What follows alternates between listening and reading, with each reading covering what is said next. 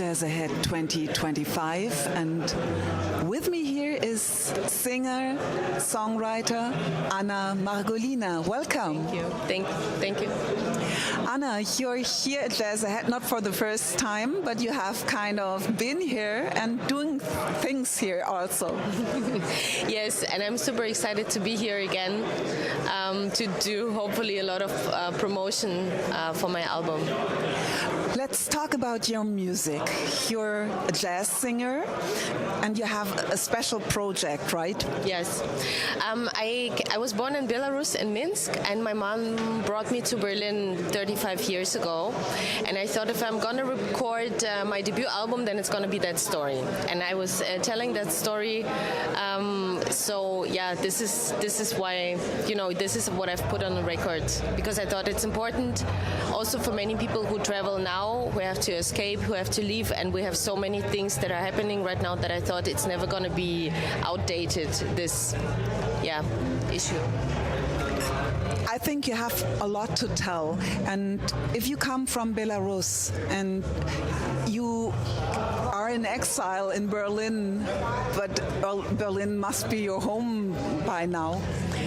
Yeah, it became our home for, immediately, because we are a musicians family, and it was the best city, I think, to arrive. It was clear that we want to stay. How would you just musically start this project? Did you write poetry? Did you write lyrics that kind of have that content with your story in mind? I collected episodes, so I was thinking about mainly the first year when we arrived, because it was the most exciting one. And I was 8 years old, I remember quite a lot. And then I thought about the episodes that were the strongest, but also understandable for many other people.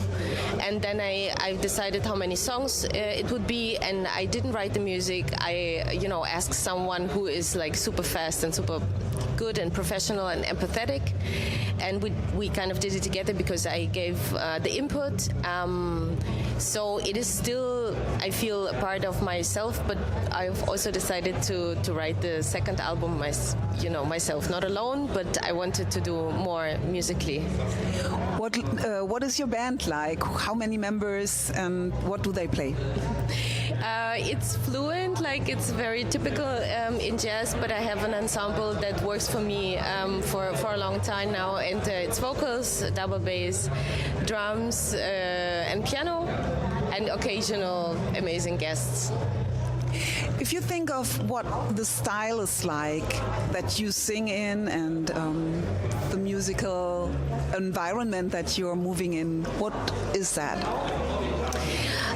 This one, it has a lot of pop and folk elements in it, very melodic, also in the instruments. And now I'm moving more towards a jazz folk side, because for the second project I'm picking up old poems in Yiddish, and I'm trying to interpret them musically, so it's going to be a bit more folky. But this one, I would say for me it's a lot of pop. You have a CD in your hand.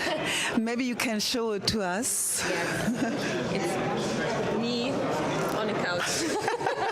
One Endless Night. And maybe you can tell me about this One Endless Night. It was actually the train ride to Berlin, because back then it was not very common to take an airplane ticket. It was also very spontaneous, so we had a night train, and it was the first time when I understood that we're actually going somewhere, because before that it was not really clear, and that's why, we stayed in Berlin, that's why it's kind of an endless night, but also a beautiful title. So.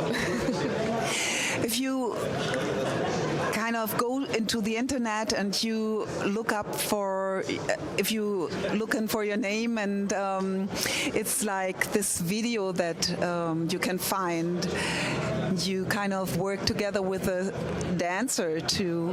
How did this project kind of start? I knew that I wanted to make, a music video, and I did it for the first time. It was very exciting, and then asked a friend of mine who is a movie director for help, and that's why this video is so cinematic. Because I told him I don't have a budget, for storyline, action, whatever. I don't have the budget to do much, but it has to be incredibly honest and beautiful, and something that will catch people's eye. And we decided for a song that was also the core of the album. It's the saddest and deepest song that is on it. It's called Cold Waters, and we rented this beautiful old theater that is also very famous or known from movies in Berlin. And then he said, let's ask a dancer. And I thought, there are so many videos with dancers. I was very skeptical because I didn't want to do something cliche, but I trusted him so much, and she did it without any. We just showed her the song, and she got inspired, and she did it, and we all cried, including the cameraman, I think, because it was very, very moving. I think so. It's a touching video. People go and look it up in the internet. And yes, you said that you're gonna preparing a new album. Yeah, I'm now in the process, and I'm afraid to say too much because then I have to keep up. But I really want to do it because we are changing so fast. We hear new things, and we want to say new things. So I think it's always important for an artist to be able to put it out. And first, I'm starting to play it live now. So I'm testing the waters, and then if it's strong enough, then I will just go and record it. Are you still with the same musicians? It's changing throughout the time because also the music changes, and I think we are all great, but everyone has his own taste, and it's more about feeling it than about being able to play it, because everyone can play it, obviously. And I'm super excited about this because people come into my life and then they say, wow, I want to play this. This is great. So this is kind of the spark that I'm always waiting for.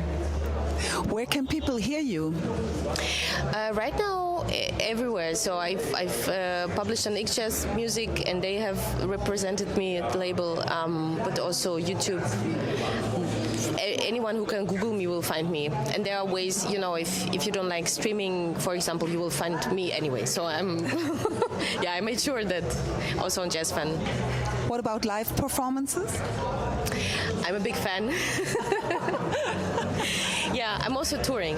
So on my website, on social media, we are telling people where to find us because, of course, we want them to come. Anna Margolina, thank you very much for being here, and thanks for your beautiful output. Thank you. Thanks so much.